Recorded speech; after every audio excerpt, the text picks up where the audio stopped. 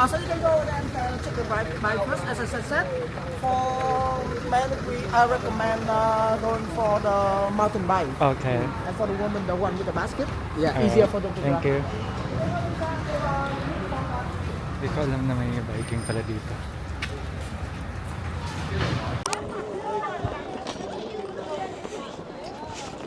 Okay, so punta na tayo sa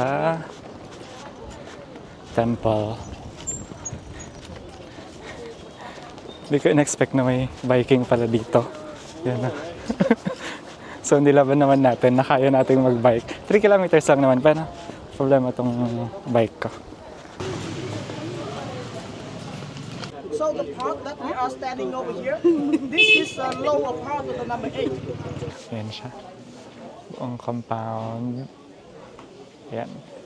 And hi! Dito tayo sa Hualo Temple. Ito yung pinakaunang capital. Dito yung pinakaunang capital ng Vietnam. Dito sa Ninh Binh. Malawak din yung compound. Hindi siya nakita. Ayun. Pero, ayan, malawak din yung compound. Before yung Hanoi na naging capital, dito muna.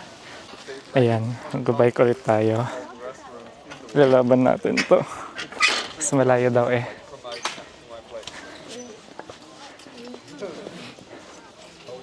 Papalas ulit ako kasi baka sumemplang-semplang ulit tayo.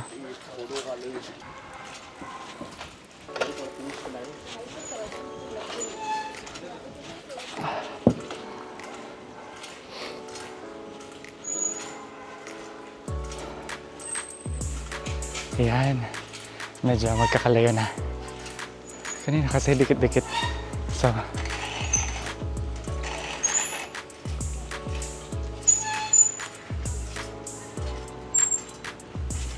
pwede bang voice command yung lipat?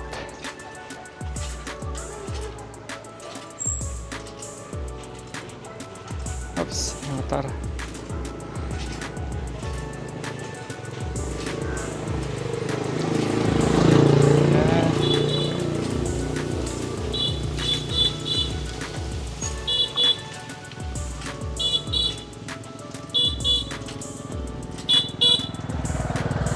Sino nga kasi na?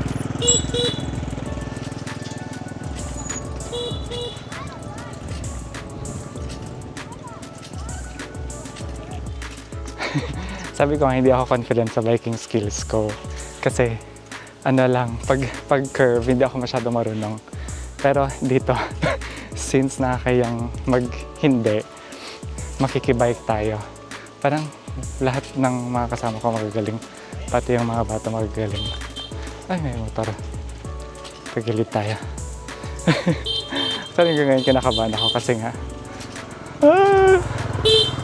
ayan. Let's go. 3 kilometers. Sinabi ko na yan paulit-ulit.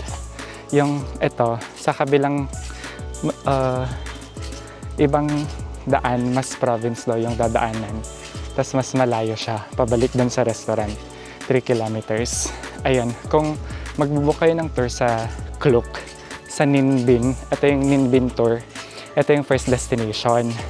May bike na kasama. Akala ko, although nakita ko sa mga vlogs, may mga bike talaga na kasama. Akala ko itong binuko since small group, tapos iba yung itinerary. Akala ko walang bike. Yun pala meron. Ngayon, may option naman kayo na mag-bike or mag-bus. Pero, since halos lahat ng kasama ko dun sa tour, magbabas and competitive tayo. Ay, sorry. Halos lahat ng kasama ko ay magbabike and competitive tayo. So, magbabike tayo. Wait lang, paakyat. Ahon. Kaya natin ito.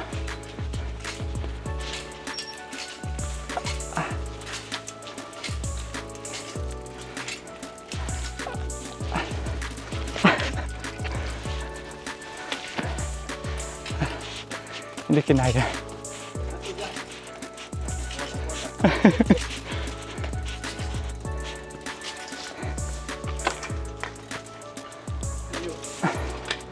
Yan, ano yung sinasabi ko? Halos lahat ng kasama ay magbabike. Kaya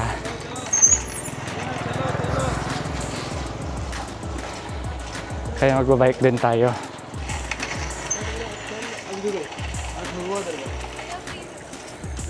Ayan, para magpatuloy. Ano yung sinasabi ko? Diyos ko, naman ako doon. Paakyat kasi. Ngayon, Ninbin Tour. So, solo travel. Sinelect ko is yung small group. So, around 15 lang yata kami or 21. Yung small bus yung gamit. Para makita niyo yung tinatahak namin. Ayan.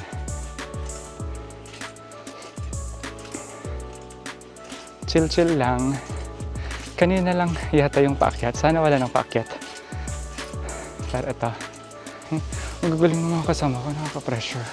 So, syempre hindi natin pinahalatang beginner tayo. Kaya nagpahuli tayo. Ay, Diyos ko. Yan, gumigewang na naman tayo. Tapos itong brake ng bike ko, hindi ganun kalakas. Parang kailangan mong idiin talaga para mag-brake. Ayan, mag-brake ako pero hindi siya kumakagat. Ay, shucks, pa-curve. Kaya ba natin mag-curve?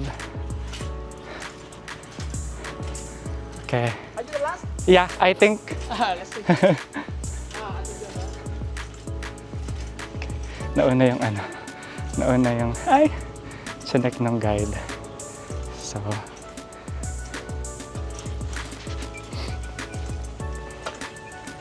yan, yung guide namin, si Zong. At least, ano yung guide natin? Ayan, kalsada na.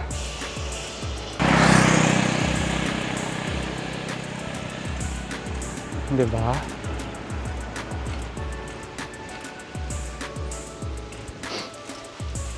Kinakaya naman natin. Kinakaya natin ang pagsubok ng buhay. Ginusto natin to. And kailangan nating panindigan. Sabi ko, when you travel solo, you discover a lot about yourself. Minsan, kailangan mong maging strong and independent. Para ngayon, feeling strong tayo kasi hindi tayo expert mag-bike. Pero itong tour na nakuha natin, may bike pala nakasama. So, yung una papunta sa temple, 3 kilometers. Tapos ito, 7 kilometers yung pabalik yata. Mas malayo siya. And mas challenging. Although kanina may paakyat lang na konti. Tapos mostly patag naman na. Ayan, as you can see, nasa last ako kasi papahuli ako para strong tayo kunwari. Hindi nila makita yung paggewang-gewang natin. Ayan, tawa-tawa ka dyan.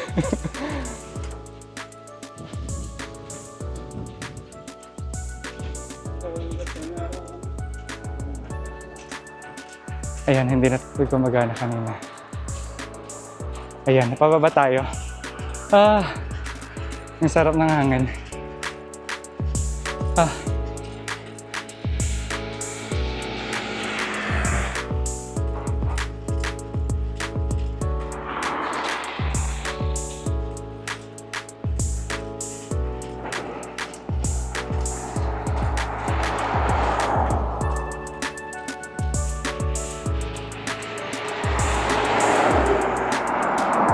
Okay. We need momentum. Paakit na ta. Kaya, kailangan natin bumuelo. Yeah, kaya natin yan. It's paakyat. Walang gumigawang tayo. Sana walang sasakyan na dumaan.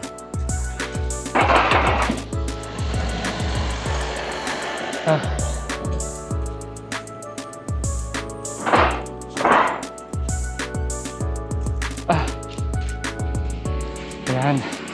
Tapos dito, pababa ulit.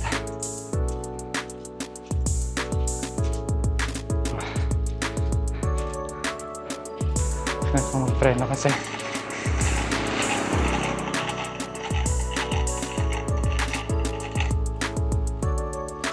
Pababa. Tapos hindi gumagana yung preno ko, diba?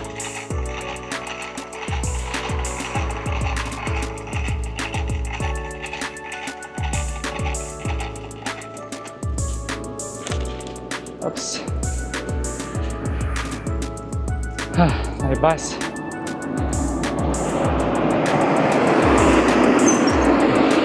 Nasa na-survive natin yung bike. Wala naman tayong galos or anything. Survived. Yan.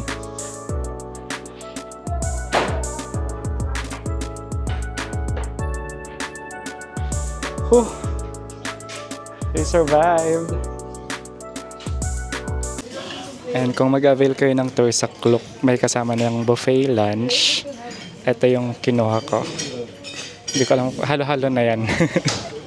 So, dito siya. Ayan. May kasama na yung buffet lunch dun sa promo na ay yung package na in-avail niya. Kain tayo. Kumain na ako ng Coke kasi nauho ako kanina. So, yan yung food natin.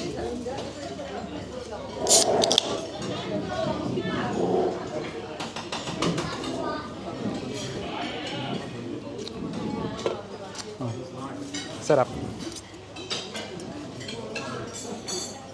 So may tofu curry something.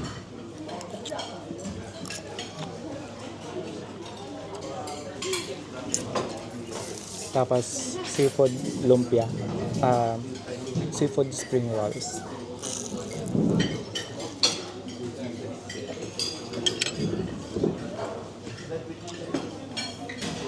Anong name niyo pala ate? Sorry. Joy. Joy. Okay lang ba isama kita sa vlog? Sure. Ayan. Tama ko si Ate Joy. Ayan po. Hello, Xin Chao. Ay, Vietnamese na siya. Ilang araw na siyang nag-tour kasi sa Vietnam. 2 weeks. Ayan, 2 weeks na, di ba? Sana all. Mayroon pa ako 6 more weeks. Ah, wow. Oo. Kasi after nito, pumunta pa sila ng Nha Trang. Tapos hanggang sa Da Nang. Ganun. Ikutin nila yung buong Vietnam. Ayun, dalawa lang kaming Pinoy sa tour. Ayan, doon na tayo mag-lunch. So, yun. Next na doon sa boat ride. And I'm the first honor ulit tayo. Okay. So, honestly, hindi hindi masarap yung food. Okay na din, panlaman siyan. Ayan. So, next destination, doon na tayo sa boat ride. The boat trip, everyone, and from here we will go through the subway to go to the other side. We will.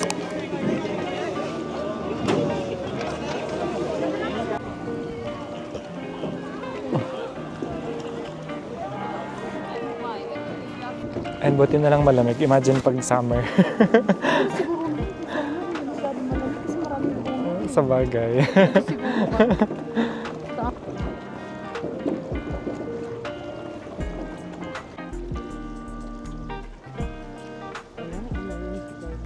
Hindi ko bibigyan ng tip.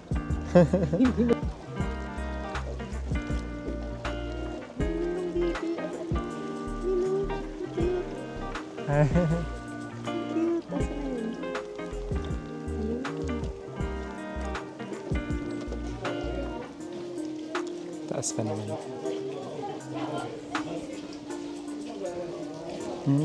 Okay.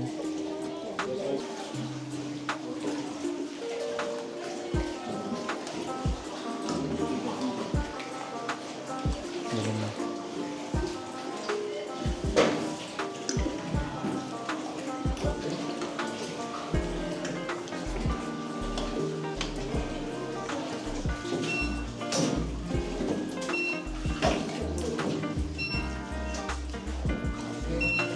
Dapat kasi sa harap kami. Ayan.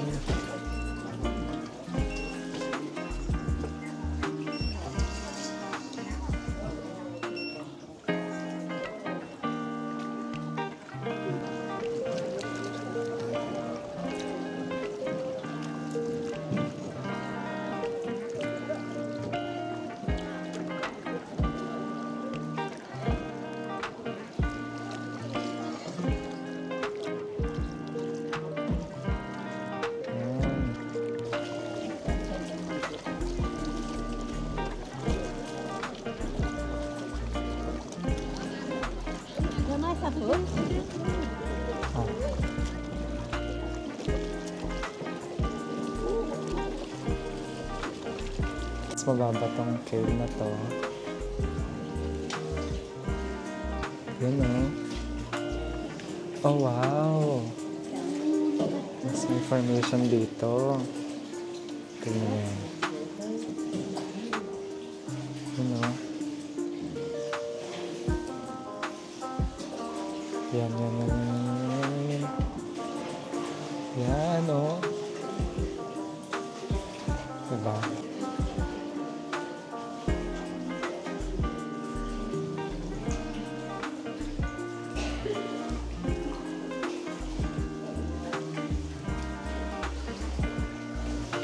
Jack, your phone.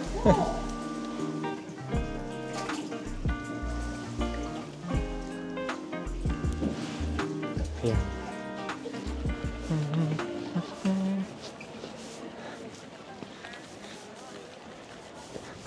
Ayan, nandito tayo sa Trang-An Complex. Ito yung may mga karst mountains, parang sa Palawan. Pero, so dito, may 4 na cave kaming dinaanan. Yung third, yung pinakamahaba.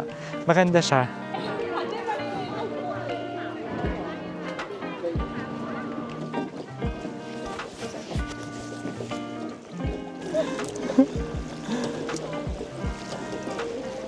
Yan.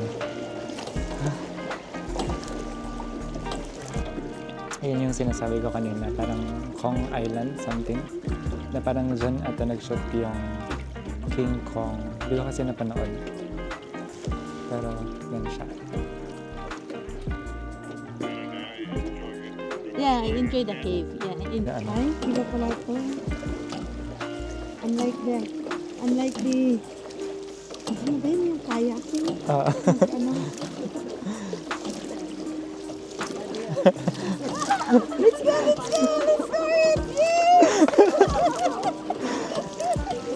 Okay. Competitive. Unahan daw namin yung nasa kabilang boat. Sabay-sabay. Together. Okay. Okay. Okay. Come on.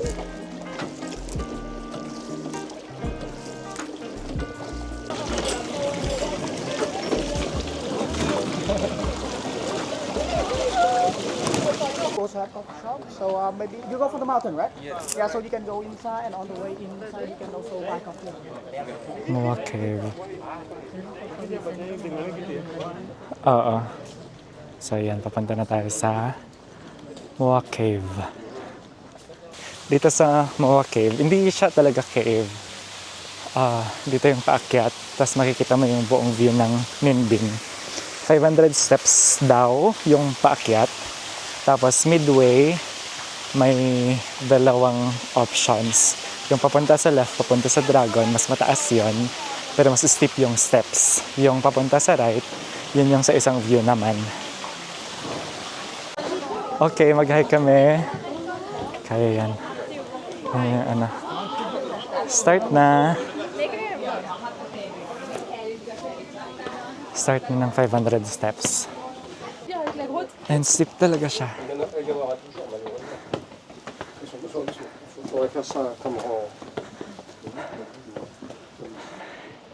Ito yung view. Yung sinasabi ko. Papunta sa Dragon, yun yung mas mataas. Pero mas steep, of course. Yung sa right, hindi masyado. Hinihingal na ako.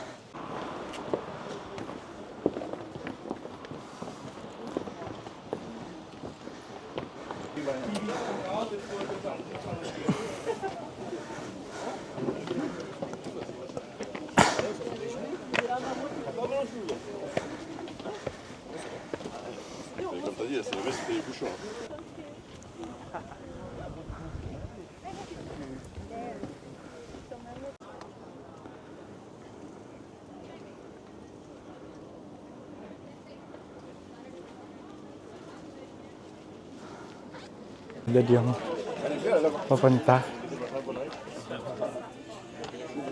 Ay, hello. Super crowded yung papunta doon sa sa Dragon. Ayan no. Hindi na yata ako akit doon. Punta na lang ako sa kabilang peak. Yeah.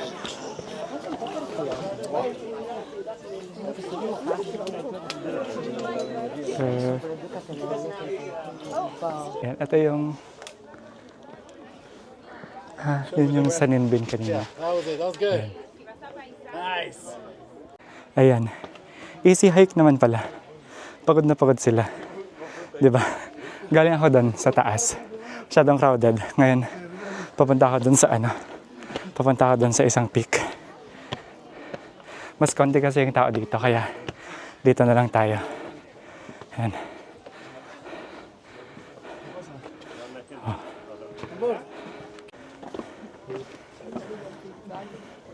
Dito na ako sa isang peak. Ayan.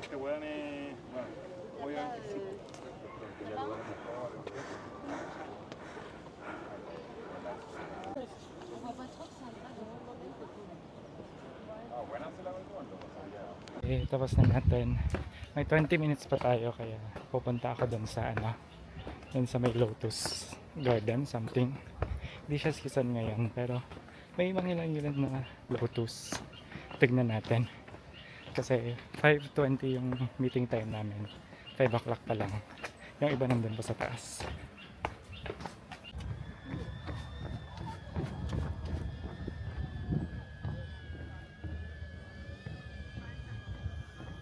Kapalipad ng drone.